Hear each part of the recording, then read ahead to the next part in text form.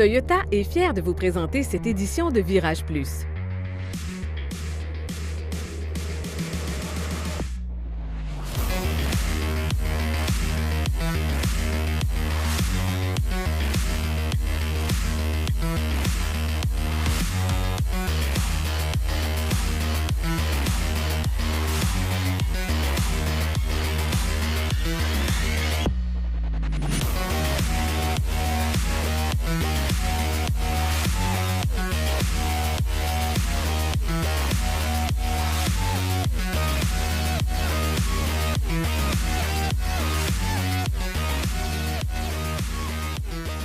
Bienvenue à Virage Plus. Aujourd'hui, nous allons nous attarder aux voitures sportives de chez Toyota. Et pour nous les présenter, comme à l'habitude, je reçois Romaric Lartilleux de Toyota Canada. Bienvenue à Virage Plus. Merci Daniel. Ça va bien? Ça va bien, merci. Alors aujourd'hui, on va s'amuser. On va avoir du plaisir avec des voitures hautement sportives. Alors on va voir évidemment la GR86, on va voir aussi la Supra et on va se garder une surprise pour la plus récente voiture qui va être à la fin de l'émission. Mais commençons avec la 86 qu'on a ici, Romaric. GR86, mais qui n'est pas née sous la bannière Toyota. Alors, la GR86, non, c'est vrai qu'initialement, quand on regarde la première génération de cette voiture, c'était la Scion, la Scion FRS, qui a été lancée en 2012 pour l'année modèle 2013, et alors qui était vendue sous la marque Scion au Canada, mais Toyota sous d'autres marchés. On le sait, c'était la sœur jumelle de la Subaru BRZ, un véhicule très similaire, et qui était un véhicule inspiré par trois différentes Toyota. La 2000 GT, déjà pour son design, la Toyota Sport 800, parce qu'elle avait un moteur boxer, donc avec des cylindres à plat, et puis la Toyota Corolla AE86, qui était la dernière Corolla à propulsion. Au niveau motorisation, qu'est-ce qu'on avait? Alors, on avait un moteur 2 litres, 4 cylindres à plat, donc un moteur boxer de 200 chevaux, avec deux transmissions qui étaient disponibles, transmission manuelle et automatique à 6 rapports. Et c'était une voiture qui était vraiment légère, avec un centre de gravité très bas, très amusante à conduire, très dynamique, une voiture qui est très facile à faire glisser, Oui. d'autant plus qu'elle était équipée à l'époque de roues de 17 pouces avec des pneus qu'on retrouvait sur la Prius, donc pas des pneus à forte adhérence, mais vraiment des pneus faits pour pouvoir s'amuser avec le véhicule. Centre de gravité bas, un prix aussi très abordable parce que c'était, moi je l'avais nommé la voiture sportive là, la moins dispendieuse et où on pouvait s'amuser le plus pour très peu de dollars. Tout à fait, parce qu'à son lancement en 2012, la voiture était proposée à moins de 26 000 $, donc vraiment un prix très intéressant. Ce qu'il faut savoir quand même, c'est que c'était un modèle assez peu équipé. Il n'y avait pas de démarrage avec clé intelligente, par exemple. Il n'y avait pas de caméra de recul encore à cette époque. Et puis, une voiture qui était aussi capable de pouvoir, on pouvait mettre 4 roues complètes à l'intérieur, une fois qu'on avait les sièges rabattus, ce qui permettait à beaucoup d'amateurs d'aller s'amuser sur les circuits en prenant des roues pour le circuit. Ça, c'est vraiment important. Et ensuite, elle change d'allégeance. Donc, passe de Sion vers Toyota. Voilà, en 2017, elle est devenue la Toyota 86, donc elle a été légèrement redessinée à l'avant avec des phares différents qui étaient des phares Adel, des nouvelles roues, un petit surplus de puissance, 5 chevaux de plus pour un total de 205 chevaux. Et puis à partir de 2018, on a eu une version qu'on appelait GT qui était disponible avec plus d'équipements, par exemple un béquet à l'arrière, un système de clé intelligente, des phares anti-brouillard, une climatisation séparée gauche-droite, des sièges chauffants et puis encore une caméra de recul par exemple, donc beaucoup plus d'équipements pour cette voiture. Il y a plusieurs points forts à cette voiture, hein, Romaric? Il y a plusieurs points forts, donc c'était une voiture qui était très populaire chez les amateurs de voitures de sport, mais par contre il y avait aussi une grosse critique sur ce modèle, c'était le manque de couple du moteur. Donc il y avait beaucoup de puissance à haut régime, mais pas beaucoup de puissance et de couple à bas régime, et ça c'est quelque chose qu'on a corrigé sur cette nouvelle modèle. Oui, exactement, parce qu'on est arrivé avec une nouvelle motorisation. Voilà, alors sur cette GR86 qui a été nouvelle pour l'année modèle 2022, c'est un véhicule qui est avec un moteur plus gros, 2,4 litres au lieu de 2 litres, avec plus de puissance, plus de coupe surtout, avec de coupe qui est disponible à plus bas régime, et puis qui donne une sensation d'accélération qui est beaucoup plus linéaire. On n'a plus cette espèce de perte de puissance à un moment qu'on avait dans l'ancien modèle.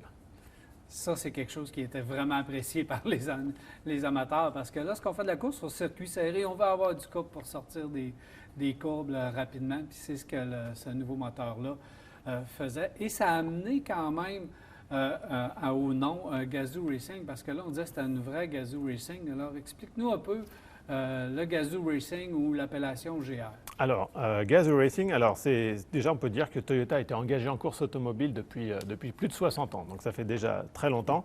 Mais par contre, en 2007, il y a une petite équipe d'employés de chez Toyota qui ont commencé à engager des voitures pour faire des courses. Et alors c'était une équipe qui n'était pas officielle, donc ils ne pouvaient pas l'appeler l'équipe Toyota. Ils l'ont appelée l'équipe Gazoo Racing. Et comme tu le sais, notre président au Japon, Akio Toyoda, est un grand amateur de véhicules de sport. C'est un pilote professionnel aussi qui aime vraiment beaucoup conduire et qui a vraiment aidé cette marque à se développer. Donc pendant une dizaine d'années, il y a beaucoup de modèles Toyota et Lexus qui ont fait des courses, notamment en championnat du monde des rallyes, en championnat du monde d'endurance aussi, ou dans le rallye Dakar par exemple. Et en 2017, la marque Gazoo Racing a été créée officiellement, ainsi qu'une première usine qui a commencé à faire des véhicules qui ont porté le sigle GR, donc pour Gazoo Racing. Ça, c'est vraiment important parce que votre grand patron teste lui-même les voitures. Et ça doit être un peu énervant pour la plupart des concepteurs de la voiture et des ingénieurs parce que quand le grand patron conduit et s'investit dans les projets, ça doit être un peu stressant de développer des véhicules. Un peu stressant, surtout que parfois il n'est pas content du résultat. Et donc on a vu des exemples où les véhicules ont dû être, leur mise en marché a dû être reportée de quelques mois, voire d'une année, parce que Akio n'était pas satisfait des performances. Donc c'est vrai que ce n'est pas toujours facile. Ça, c'est assez stressant pour les ingénieurs. Alors en 2019, on a lancé la première version, le premier vrai modèle GR au Canada qui était la Supra, donc la Supra 2020. Sur d'autres marchés, il y a eu la GR Yaris qui a été assez populaire, notamment à son lancement, mais qui n'est pas, comme tu le sais, destinée à venir en Amérique du Nord. Donc, plus récemment, il y a d'autres modèles qui ont été lancés sous cette marque Gazoo Racing, la GR86 et puis une autre dont on va parler un peu plus tard. Oui, puis d'ailleurs, Gazoo Racing, là, ça a gagné des prix sous cette appellation-là quand même passablement. Voilà, Toyota a remporté 5 fois les 24 heures du Mans donc en France et puis plusieurs titres de champion du monde en championnat du monde des rallyes WRC. Donc vraiment beaucoup de succès à ce niveau-là. Et il faut parler quand même de la conception de cette voiture-là, la 86, à commencer par son châssis. Voilà, alors la GR86, c'est une évolution assez profonde de l'ancienne Toyota 86 avec un châssis qui a été renforcé à l'avant et à l'arrière pour augmenter la rigidité. On a aussi amélioré la tenue de route. On a ajouté des prises d'air qui sont fonctionnelles, des prises d'air extérieures qui ont été ajoutées pour renforcer la stabilité et la direction de la voiture. Et puis, on a aussi essayé d'alléger le véhicule en utilisant un toit et des ailes en aluminium, par exemple, pour en faire l'une des voitures les plus légères du marché en termes de voitures sportives, avec une bonne répartition de poids, 53% à l'avant, 47% à l'arrière, donc presque idéal, vraiment pour rendre ce véhicule très, très intéressant à conduire. Ce qui est important là, pour la conduite sportive, évidemment. 2 fois, j'ai dit la 86. C'est une erreur. Hein? C'est vraiment GR86. C'est la GR86. Le vrai nom. Hein? Exactement. Alors, parle-moi du moteur de la GR86. Alors, ce moteur, c'est toujours un moteur boxer, donc 4 cylindres à plat, atmosphérique, donc il n'y a pas de turbo. Moteur 2,4 litres, 4 cylindres, qui est plus puissant que le précédent. On a 228 chevaux contre 205. Et c'est surtout au niveau du couple qu'il y a une grosse différence, puisqu'on a 184 livres-pieds de couple, alors qu'auparavant, on avait 156 livres-pieds de couple. Surtout, ce couple, il est disponible sur cette nouvelle GR86 à 3700 tours minute, alors que dans la précédente modèle, le couple maximal était disponible à 6600 tours minute, donc très très haut dans les tours.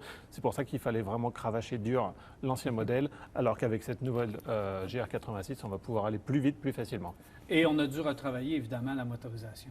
On l'a retravaillé, donc l'alésage et la course ont été augmentés. On a fait des changements dans les systèmes d'admission et d'échappement. Et puis on a aussi optimisé la technologie d'injection double Toyota qu'on appelle D4S, qu'on retrouve sur d'autres modèles. Cette voiture est toujours disponible avec 2 transmissions, 6 vitesses, manuelles et automatiques, qui ont été aussi revues et améliorées. Et alors c'est surtout au niveau des chiffres d'accélération qu'on voit une différence, puisque la boîte manuelle passe de 0 à 100 km/h en 6,3 secondes, alors que l'ancien modèle était à 7,2. Et pour la boîte automatique, 6,8 secondes pour la nouvelle contre 8,2 pour l'ancienne. Donc vraiment des bonnes améliorations au niveau des performances. Différentiel aussi, qu'on aurait travaillé un peu le tout. Voilà, donc nouveau différentiel arrière à glissement limité Torsen, donc qui évite qu'il y ait une roue qui patine lorsqu'on fait un usage sportif, et puis des disques de frein ventilés à l'avant et à l'arrière pour s'assurer de s'arrêter en toute sécurité. Très important. Si on regarde maintenant le design extérieur, Romaric. Alors, on regarde surtout ce qu'on voit là au début, c'est le nouveau design à l'avant avec la calandre qui est fonctionnelle, qui est spécifique à cette GR86, de nouveaux phares avant qui sont phares à DEL, et puis il y a beaucoup de prises d'air, plusieurs prises d'air, et puis des évents aérodynamiques à l'avant. Sur le côté, on voit des bas de caisse qui contribuent aussi à rendre cette voiture plus aérodynamique et plus stable à haute vitesse. Et puis des conduits dans le pare-choc et sur les passages de roues avant pour améliorer l'aérodynamique. Donc vraiment un véhicule qui favorise l'écoulement de l'air autour de la voiture. Oui, on a de nouvelles roues également sur le véhicule. Voilà, alors selon les modèles, on a soit des roues en 17 pouces, soit en 18 pouces. Toutes les roues, les GR86 sont chaussées avec des pneus Michelin. Et puis au niveau des couleurs, on a 7 couleurs, dont ce rouge circuit qu'on a ici avec nous. Est-ce qu'on a retravaillé aussi l'intérieur du véhicule? Alors la planche de bord est nouvelle. On a un poste de pilotage qui est plus axé sur vers le conducteur qu'auparavant. Un écran au niveau du tableau de bord TFT de 7 pouces. Plusieurs modes de conduite aussi. On a un mode normal, un mode sport, un mode circuit. Les sièges ont été redessinés, donc des sièges baquets aussi sportifs qui sont de série. Et puis, en fonction des modèles qu'on achète, on peut avoir la sellerie en cuir sur le modèle premium, les pédales en aluminium. Sur tous les modèles, les sièges sont rabattables, donc on a 2 plus 2 places, mais on peut aussi avoir une valise un peu plus grande. Et puis, un écran tactile de 8 pouces au centre du tableau de bord avec les connectivités Android Auto, Apple CarPlay et les services connectés de Toyota aussi. Plusieurs versions sont disponibles aussi, Romaric. Évidemment, on peut choisir le modèle qui nous convient. Voilà, alors la version de départ, c'est la GR86 avec boîte manuelle qui commence à 31 490 $. Pour avoir une boîte automatique, il faut passer à 33 890 $. Et donc cette version, elle est déjà équipée avec des roues de 17 pouces en aluminium, des phares à DEL, un tableau de bord numérique à 7 pouces, une contrôle automatique de la température à 2 zones, un système Smart Key avec démarrage à bouton poussoir et puis une radio aussi à 6 haut-parleurs. Ça prend du son dans une voiture de sport. Ça prend du son. La GR86 Premium, c'est la version la plus haut de gamme. Elle commence à 34 490 $ pour la version boîte manuelle, 36 890 $ pour la version à boîte automatique. Et là, on a des roues plus grosses en 18 pouces, un béquet à l'arrière qu'on peut voir sur cette voiture, et puis un système audio à 8 haut-parleurs, donc encore plus de son à l'intérieur, avec une sellerie en cuir et alcantara, des sièges chauffants et des pédales sport en aluminium sur ce modèle. Elle n'est pas encore vraiment arrivée sur nos routes, mais déjà, il y a une édition limitée. Alors voilà, pour 2023, donc ça c'est une version qui va arriver bientôt, une série limitée de cette GR86 qui va être uniquement de couleur orange solaire et puis qui va avoir quelques équipements spécifiques comme un échappement haute performance de type 4-back avec des tuyaux en acier inoxydable et puis aussi des embouts d'échappement chromés noirs, des roues de 18 pouces qui vont être noires mat, et un graphisme à l'arrière de couleur noire également. Il n'y aura que 20 exemplaires pour le Canada, donc commandez-le rapidement il faut se dépêcher. Oui, c'est ça, il n'y en aura pas beaucoup. Voilà, voilà pour la GR86, belle petite voiture sportive. Probablement le plus de plaisir. Elle va rester encore celle que tu peux avoir le plus de plaisir à conduire pour les dollars dépensés. C'est quand même impressionnant. Surtout avec sa boîte manuelle, c'est vraiment une voiture très amusante à conduire. On peut s'amuser. Propulsion, boîte manuelle, on a toujours du plaisir. Ça, c'est vrai. Parlant de boîte manuelle, parlons un peu de la GR Supra qui, elle, aussi a quelques petits changements. Et oui, quelques petits changements. On se souvient de la Supra qui a été lancée pour l'année modèle 2020 après 20 ans d'absence, qui était une voiture qui faisait son retour avec son moteur 6 cylindres en ligne de 3 litres. Pour 2023, on ajoute une boîte manuelle. Alors pourquoi on ajoute une boîte manuelle? Eh bien, tout simplement parce que dès le lancement en 2019, les clients nous ont demandé cette boîte manuelle. Ils aimaient beaucoup le véhicule avec sa boîte automatique 8 vitesses, mais il y avait une demande pour une boîte manuelle avec 3 pédales. Donc c'est quelque chose qu'on a développé pour cette voiture. Cette boîte manuelle, elle a été développée spécialement pour la Supra avec des composants spécifiques qui ont été conçus pour son moteur 3 litres pour pouvoir encaisser les 382 chevaux de la voiture. Donc on a modifié le boîtier de transmission, l'arbre de transmission, et puis les jeux d'engrenage dans cette boîte de vitesse. On a essayé aussi de réduire le poids de la transmission. Et puis il y a un embrayage qui a été spécialement conçu pour cette voiture. C'est aussi une transmission qui fonctionne avec un système intelligent, programmé, de façon à pouvoir donner un petit coup d'accélérateur, un petit coup de gaz lorsqu'on rétrograde, par exemple. Pour ajuster le régime moteur. Pour ajuster le régime moteur, exactement. Et puis, un rapport de transmission final qui est raccourci, donc vraiment une transmission spécifique développée pour la GR Supra. Transmission manuelle intelligente, donc ça veut dire que moi, je passe pour un pilote professionnel quand tu es au volant de cette voiture-là. Tout le monde peut devenir un pilote professionnel. Exactement, c'est ça qui est le fun. Mais il y a d'autres petites améliorations également. À l'intérieur, oui, alors on a déjà placé le levier de vitesse d'une manière spécifique pour qu'il soit vraiment agréable à appréhender. Et puis surtout, le pommeau de vitesse a été dessiné de façon à être utilisé avec précision. Il a un poids très spécifique de 200 grammes qui a été alourdi exprès pour pouvoir vraiment donner des bonnes sensations au niveau des changements de vitesse. Et puis, on a fait en sorte qu'il y ait suffisamment de place pour changer les rapports, bien entendu, sur cette voiture. Donc, ça fait le tour des améliorations, Romaric? On a aussi quelques petites améliorations différentes. Quand le régulateur de traction a aussi été adapté pour cette boîte manuelle pour pouvoir avoir plus de plaisir. Et puis, vraiment, tout un tas de choses au niveau de la suspension, du confort de roulement et de la direction assistée qui ont été aussi recalibrées pour pouvoir apporter encore plus de plaisir. Voilà pour cette GR Supra. Merci, Romaric. Si tu permets, on va faire une première pause. Et au retour, on s'attaque à une nouvelle venue qui va faire jaser dans le marché. On s'arrête à Virage Plus.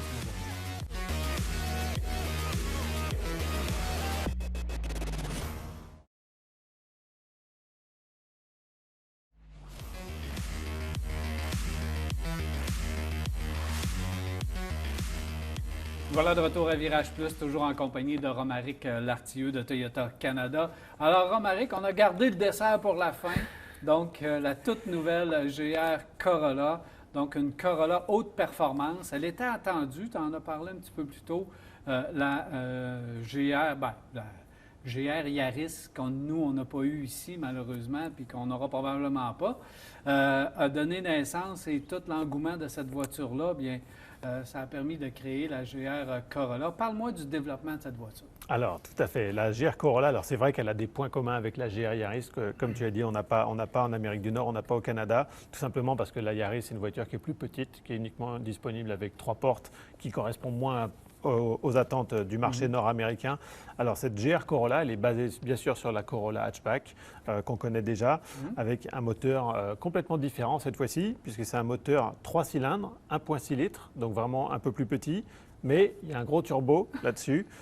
Et donc ce moteur développe une puissance de 300 chevaux et un couple de 273 livres-pieds.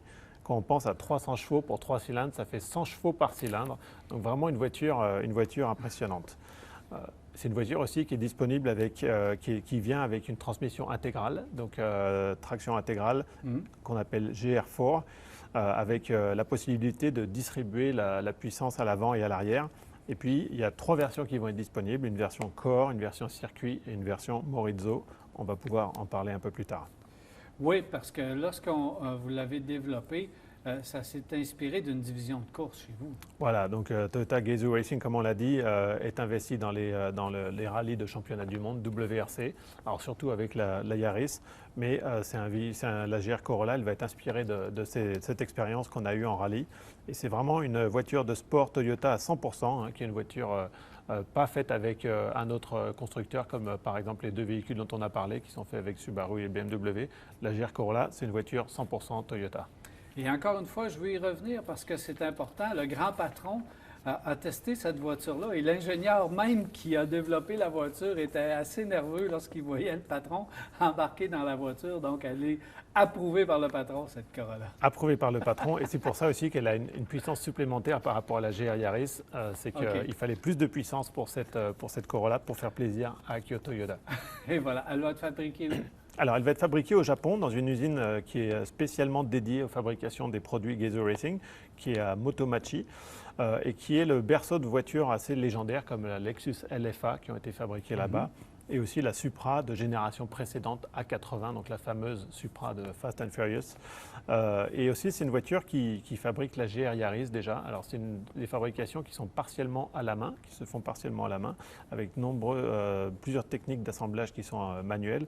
Et le personnel qui fabrique ces véhicules Gazoo Racing sont vraiment sélectionnés, et ce sont des experts et des techniciens hautement qualifiés. Donc, ils font vraiment du très bon travail. Absolument. Romaric, il faut revenir sur le groupe motopropulseur parce que c'est vraiment important de parler d'un petit moteur très puissant. Donc, parle-moi un peu davantage de ce moteur. Voilà, alors c'est le même moteur qu'on retrouve sur la GR Yaris, mais plus puissant. Le nom de code de ce moteur, c'est G16E GTS. Alors, turbo 3 cylindres avec injection directe, on l'a dit, 1,6 litre de cylindrée, 300 chevaux et couple de 273 livres-pieds. Surtout, ce couple, il est disponible entre 3000 et 5500 tours minute. Et la puissance maximale est disponible à 6500 tours minute. Donc vraiment une plage de puissance qui est très très large et qui donne beaucoup de puissance et de couple à cette voiture. On a aussi quelque chose qui est spécifique à l'arrière, c'est le triple échappement, donc 3 pots d'échappement, qui est unique vraiment pour cette voiture. La personnalité, lorsqu'on va la suivre à l'arrière, là, on voit les échappements. Design un petit peu différent de celui du centre, donc vraiment, ça attire l'attention. Voilà, très unique dans le milieu de l'automobile. Et puis, c'est vraiment ça aussi qui aide à délivrer la puissance maximale. La transmission manuelle, c'est une transmission intelligente IMT, donc à 6 vitesses, 6 rapports. Il n'y a pas de boîte automatique sur ce véhicule, c'est uniquement manuel. Et puis, on peut mentionner aussi que le turbocompresseur, il est intégré dans le collecteur d'échappement pour réduire le poids. Donc, c'est un petit moteur assez compact, mais vraiment puissant, avec un système d'injection de carburant D4S aussi qu'on retrouve sur ce moteur pour pouvoir aussi améliorer les consommations de carburant. Bonne nouvelle, très bonne nouvelle que cette voiture est disponible seulement en version manuelle. Ça, c'est déjà quelque chose d'exceptionnel. Autre bonne nouvelle, qui n'arrête pas, une après l'autre, c'est la traction intégrale. Voilà, le système de traction intégrale GR Four qu'on retrouve aussi sur la GR Yaris. Donc c'est le premier système sportif à 4 roues motrices de Toyota depuis 20 ans, qui a été aussi développé en collaboration avec l'équipe Toyota Gazoo Racing du championnat du monde de rallye, et puis qui a été perfectionné par les pilotes justement de WRC qui conduisent beaucoup ces véhicules. C'est un système qui propose vraiment un niveau exceptionnel d'adhérence et de contrôle pour optimiser la puissance motrice vers chaque roue. Et puis surtout, ce qui est intéressant, c'est qu'on peut faire varier différents modes de conduite. Donc en fonction des conditions d'adhérence, si on roule sur la terre, si on roule sur la pluie ou encore sur la neige, on a différentes répartitions du couple entre l'avant et l'arrière. Oui, ça permet d'ajuster au conducteur de pouvoir justement ajuster les modes selon ce qu'il veut également. Voilà. Alors par exemple, pour les situations de tous les jours, pour la conduite normale, on peut répartir le couple 60% à l'avant, 40% à l'arrière. Si on veut avoir un peu plus de fun, si on veut s'amuser un peu plus, on peut faire le réglage idéal pour le circuit avec répartition à l'avant uniquement de 30% et 70% à l'arrière, donc presque les sensations d'une propulsion. Voilà, pour faire glisser la voiture. Et puis pour une stabilité maximale, on peut avoir un réglage 50-50, donc un peu plus classique, pour donner toute la sécurité dont on a besoin. Et bien sûr, on a monté un différentiel à glissement limité, ce qui aide le tout. Voilà, on en a un à l'avant et un à l'arrière qui va vraiment donner des performances accrues en virage et puis une très bonne adhérence. Si on s'attarde maintenant au véhicule comme tel, présentation du véhicule, on va aller d'abord à l'extérieur pour voir un peu le design. Qu'est-ce qu'on a fait? Et là, on a donné de la présence et du muscle à cette voiture. Voilà, vraiment. Alors, par rapport à une Corolla hatchback de série, on retrouve la même plateforme TNGAC, donc qui donne vraiment une bonne maniabilité puis qui est assez rigide. Mais par contre, on a augmenté le nombre de points de soudure, par exemple, pour renforcer la rigidité de la voiture. La suspension avant, elle est conçue pour pouvoir vraiment transmettre toute cette puissance à la route. La suspension arrière, c'est une suspension à double bras triangulaire et tiges multiples, donc qui vraiment donne aussi une bonne agilité, une bonne stabilité. Et puis les roues sont différentes, bien entendu. On a des roues de 18 pouces qui sont en alliage avec des pneus Michelin Pilot Sport 4, des disques aussi qui sont différents par rapport à la Corolla hatchback normale, des disques avant ventilés et rainurés, et puis des disques arrière spécifiques, surtout sur le modèle circuit. Et puis encore des ailes à l'avant et à l'arrière qui sont plus larges avec des prises d'air pour améliorer le flux d'air et la stabilité de la voiture. Et on peut même mentionner un toit qui est en carbone sur le modèle circuit pour abaisser le centre de gravité de la voiture et puis un panneau de porte et un capot qui sont en aluminium, donc là encore pour baisser le poids total du véhicule. Si on se transpose à l'intérieur, Romaric? Alors, à l'intérieur, on retrouve quand même beaucoup une Corolla hatchback. Il y a quelques éléments qui sont différents, notamment au niveau des compteurs au centre, puisqu'on a un écran couleur multifonction de 12,3 pouces. On peut afficher pas mal d'informations sur le système de traction intégrale et puis du fonctionnement du moteur. On a un levier de vitesse qui a une course un peu plus courte, donc un peu plus sportif. Et puis des sièges qui sont spécifiques, vraiment très enveloppants, des sièges baquets qui sont vraiment qui maintiennent très bien. Et puis surtout un nouveau système multimédia de 8 pouces, qui est le nouveau système Toyota Multimédia avec notamment Apple CarPlay et Android Auto sans fil. Donc plus besoin de brancher son téléphone. Il va y avoir une édition limitée Maurizzo. Voilà, alors ça c'est le troisième modèle de la GR Corolla, l'édition Maurizzo. Alors pourquoi Maurizzo? Maurizzo, c'est tout simplement le nom du pilote Akio Toyoda. Donc c'est son nom de course, son nom de scène si on veut, qu'il utilise lorsqu'il fait des courses.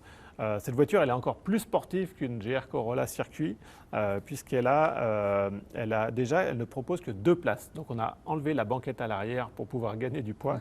Elle a une boîte de vitesse avec des rapports qui sont plus rapprochés, des rapports de différentiel plus courts. Le châssis est encore rigidifié par rapport à une GR Corolla classique. Un peu plus de couple au niveau du moteur. Et puis des pneus qui sont aussi montés sur des pneus Michelin. Haute performance, on a utilisé pour cela des Pilot Sport Cup 2, donc vraiment des pneus encore plus sportifs. La voiture est aussi plus légère et par contre, il n'y aura que 10 exemplaires de ce modèle pour le Canada, donc là aussi un tirage très très limité. S'il vous plaît, dépêchez-vous si vous voulez avoir une voiture comme ça, de la réserver parce que d'après moi, elles vont partir très très rapidement parce que c'est beaucoup de plaisir. Elles vont partir très vite. Au moment d'enregistrer l'émission, Romaric, on n'a pas encore idée de prix. On n'a pas encore les prix. Les prix seront annoncés un peu plus tard, mais on fera en sorte que la voiture soit placée de manière compétitive par rapport à ses concurrentes. Et bonne nouvelle, quand même, je pense que le volume va être quand même assez correct, disons, dans notre période qu'on vit présentement, mais le volume devrait être suffisant. Voilà, en dehors de la version Maurizzo qui est très limitée, les autres versions ne seront pas limitées, donc il y aura de l'inventaire, des véhicules pour ceux qui souhaitent en avoir, et c'est la volonté en tout cas de ne pas limiter la production de cette voiture.